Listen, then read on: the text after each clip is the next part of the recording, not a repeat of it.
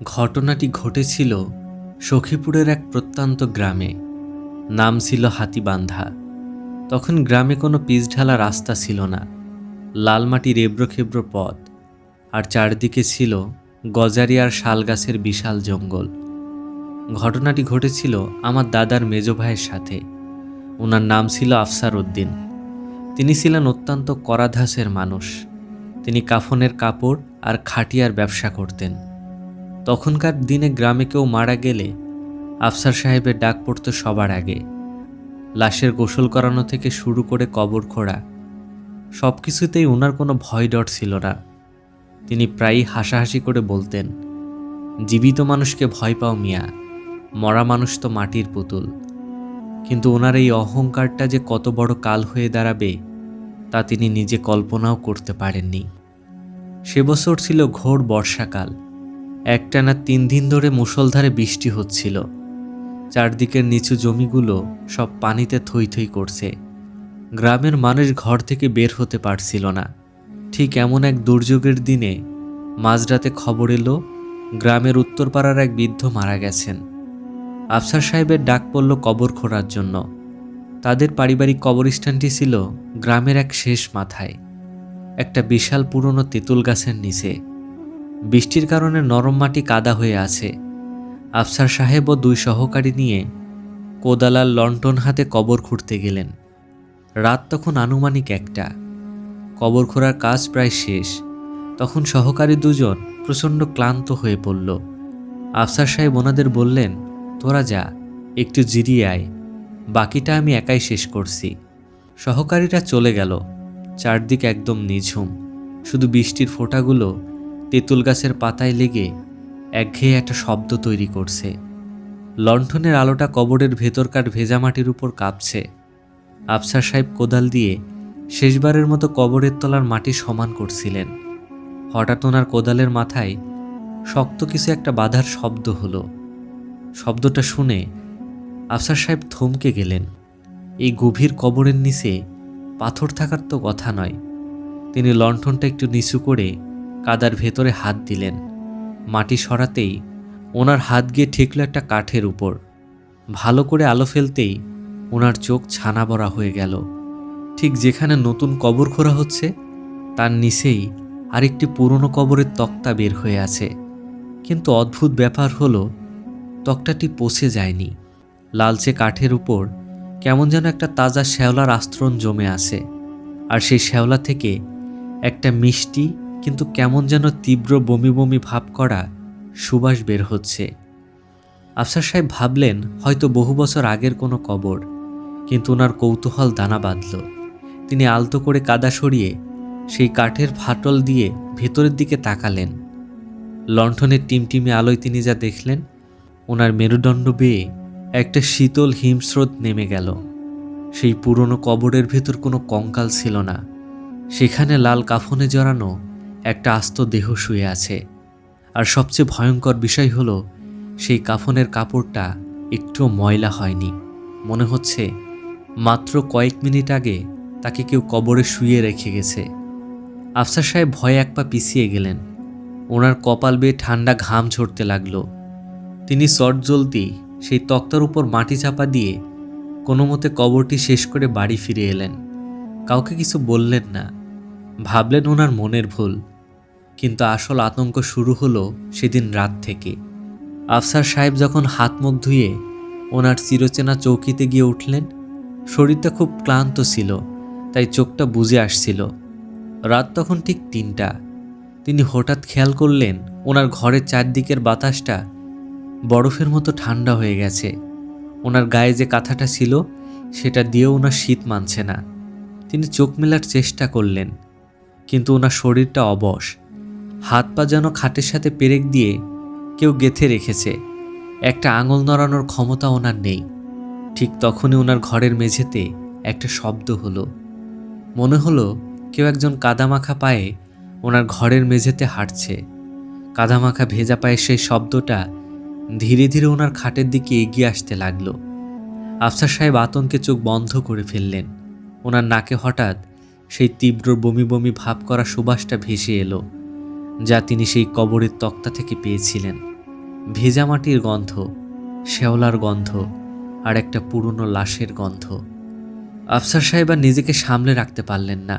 তিনি কোনো মতে ওনার চোখের পাতা দুটো একটু সামান্য ফাঁক করলেন, আর সেই সাথে সাথে ওনার বুকটা যেন চৌকির নিচে নেমে গেল। ওনার বিছানার ঠিক পাশে দাঁড়িয়ে আছে একটা অবয়ব। অবয়বটি সারা শরীরে জড়ানো সেই লাল কাফনের কাপড়।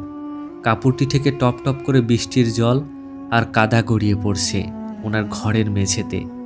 মুখটা ঢাকা, কিন্তু কাফনের কাপড়ের ভেতর থেকে দুটো কুচকুচে কালো চোখ এক দৃষ্টিতে তার দিকে তাকিয়ে আছে। হঠাৎ সেই অবয়বটি ওনার দিকে নিচু হলো।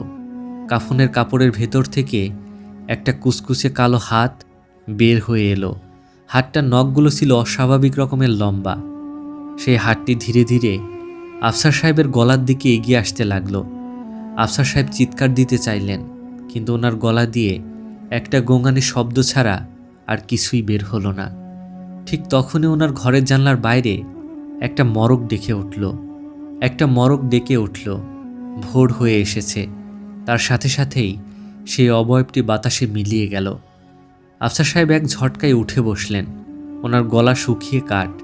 তিনি মেঝেতে তাকিয়ে দেখলেন আসলেই সেখানে তাজা কাদা আর শ্যাওলা মাখা পায়ের ছাপ পড়ে আছে।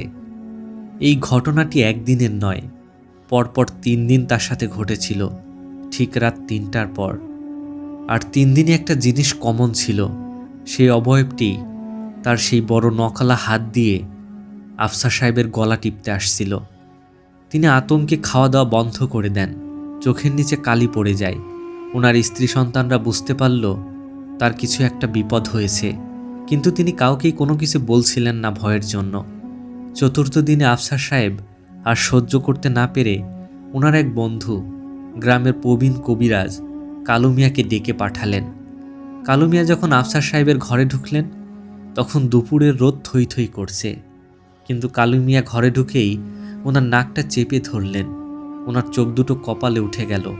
তিনি আফসার সাহেবের দিকে তাকিয়ে গম্ভীর গলায় বললেন, আফসার, তুই কার ঘরের সীমানা নষ্ট করেছিস? তোর এই ঘরে তো মানুষের গন্ধ নেই। এখানে তো 4 দিন ধরে একটা লাশ বাস করছে। আফসার সাহেব আর চোখের জল ধরে রাখতে পারলেন না। তিনি কালু মিয়ার পা জড়িয়ে ধরে কেঁদে উঠলেন এবং সেই কবরস্থানের লাল কাফনের ঘটনাটি খুলে বললেন। সব শুনে কালু মিয়া দীর্ঘশ্বাস ফেললেন। ওনার মুখটা ফ্যাকাশে হয়ে গেল। তিনি বললেন, আফসার, তুই অনেক বড় ভুল করেছিস।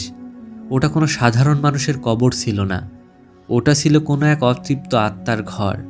তুই ওর ঘরে আঘাত করেছিস, ওর ঘুমের ব্যাঘাত ঘটিয়েছিস।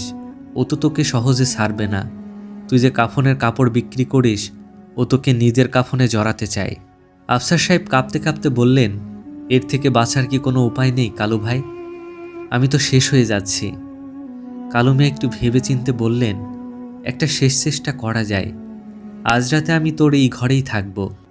তুই ঠিক যেভাবে শুয়ে থাকিস সেভাবেই থাকবি। ঘরের কোণে আমি লুকিয়ে থাকব। যখন ও আসবে আমি ওকে আটকানোর চেষ্টা করব। কিন্তু একটা কথা মনে রাখিস, যদি আমার মন্ত্র হেরে যায় তবে আজ রাতই হবে তোর শেষ রাত। রাত তখন আনুমানিক 2:30। আফসার সাহেব বিছানায় শুয়ে আছেন। ঘরের কোণে চালের ড্রামের আড়ালে অন্ধকারে বসে আছেন কবিরাজ কালু মিয়া। ওনার হাতে কিছু সরিষা পড়া আর একটা সীমানা আঁকা লোহার ছড়ি। ঠিক রাত 3:01। হঠাৎ ঘরের জানলার গ্রিলটা কেঁপে উঠল। বাইরে কোনো বাতাস নেই, কিন্তু ঘরের ভেতরের হারিকেনের আগুনটা কাঁপতে কাঁপতে নিভে গেল। পুরো ঘর ঘুটঘুটে অন্ধকার। ঘরের মেঝেতে আবার সেই পায়ের শব্দ। কাদামাখা পায়ের শব্দটা ধীরে ধীরে আফসার সাহেবের খাটের দিকে এগিয়ে এলো। আফসার সাহেবের শরীর আবার অবশ হয়ে গেল। ওনার মনে হলো বুকের উপর কেউ যেন পা দিয়ে দাঁড়িয়ে আছে। ওনার নিঃশ্বাস বন্ধ হয়ে আসছিল। ঠিক তখনই কবিরাজ কালু মিয়া অন্ধকার থেকে বেরিয়ে এলেন। তিনি চড়া গলায় মন্ত্র পড়তে পড়তে আফসার সাহেবের বিছানার পাশে এসে সরিষা ছুঁড়ে মারতে লাগলেন। সরিষা যখনই সেই অদৃশ্য অবয়বের গায়ে লাগছিল, বাতাস থেকে একটা তীব্র পোড়া গন্ধ ছড়াচ্ছিল, আর সাথে সাথে একটা অমানসিক ডুকরে ওঠা কান্না শুরু হলো। কান্নার আওয়াজটা কোনো মানুষের নয়। মনে হচ্ছিল অনেকগুলো মানুষ একসাথে মাটির তলা থেকে চিৎকার করছে। কালু মিয়া ওনার লোহার ছড়িটা মেঝেতে ঠুকে বললেন, কে তুই? আল্লাহর দোহাই দিয়ে বলছি, এই নিরীহ মানুষের পিছু ছাড়। ও নিজের ভুল বুঝতে পেরেছে। হঠাৎ ঘরের এক কোণ থেকে খসখসে এবং আদি প্রকৃত কণ্ঠস্বর ভেসে এলো। কণ্ঠটা এতই ঠান্ডা ছিল যে শুনলে রক্ত জমে যায়। সে বলল, ও আমার চাদর ছুঁয়েছে, ও আমার ঘরের মাটি ফেলেছে, ওকেও মাটিতে মিশতে হবে। কালু মিয়া হাল ছাড়লেন না। তিনি ওনার তসবিহ আর পবিত্র কালাম পড়তে পড়তে সে অবয়বের দিকে এগোতে লাগলেন। হঠাৎ একটা তীব্র দমকা হাওয়া ঘরের জানলা ভেঙে ভেতরে ঢুকল। ঘরের কোণে রাখা কালু মিয়ার লণ্ঠনটা ভেঙে চুরমার হয়ে গেল। কালু মিয়া মেঝেতে পড়ে গেলেন। ওনার মুখ দিয়ে রক্ত বের হতে লাগলো। তিনি কোনো মতে চিৎকার করতে লাগলেন, আফসার, তুই পালিয়ে যা, আমি এটাকে আটকে রাখতে পারছি না। আফসার সাহেব ওনার শরীরের সমস্ত শক্তি দিয়ে অবশভাবটা কাটালেন। তিনি খাট থেকে নেমে এক ছুটে ঘর থেকে বের হয়ে উঠানে চলে এলেন। ওনার চিৎকারে বাড়ির অন্য ঘর থেকে ওনার ছেলেমেয়েরা লাঠিসুটা নিয়ে ছুটে এলো। সবাই যখন আফসার সাহেবের ঘরে ঢুকলো, ঘরের ভেতরের দৃশ্য দেখে সবাই স্তব্ধ হয়ে গেল। কালু কবিরাজ মেঝেতে অচেতন হয়ে পড়ে আছে। ওনার নাক দিয়ে রক্ত ঝরছে, আর ঘরের দেয়ালগুলোতে তাজা লাল কাদা দিয়ে কেউ বড় বড় করে লিখে গেছে, ফিরে আসছি। কালু মিয়া সে রাতে বেঁচে গিয়েছিলেন, কিন্তু ওনার প্যারালাইসিস হয়ে যায়। তিনি আর কোনোদিন কথা বলতে পারেনি। আর আফসার সাহেব, এই ঘটনার পর তিনি ওনার কাফনের কাপড়ের ব্যবসা চিরতরে বন্ধ করে দেন। তিনি আর কোনোদিন কোনো মরা মানুষের কবর তো দূর, কবরস্থানের আশেপাশ দিয়েও হাঁটেননি।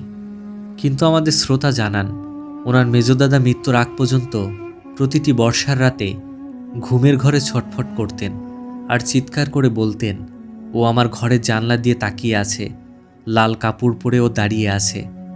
বাস্তবতা কখনো কখনো আমাদের কল্পনার চেয়েও অনেক বেশি গা ছমছমে হয়। শ্রোতা বন্ধুরা, আমাদের পায়ের নিচের মাটিতে কত শত বছরের পুরনো রহস্য চাপা পড়ে আছে তা আমরা কেউ জানি না। তাই অবহেলা করে কখনো অন্যের সীমানায় পা দেবেন না। আজকের গল্পটি আপনাদের কেমন লাগলো অবশ্যই কমেন্ট করে জানাবেন। আর আপনার জীবনেও যদি এমন কোনো সত্যি ঘটনা থেকে থাকে তবে আমাদের কাছে ইমেল করতে ভুলবেন না। আজকের মতো এখানেই বিদায় নিচ্ছি। সবাই ভালো থাকবেন, সাবধানে থাকবেন।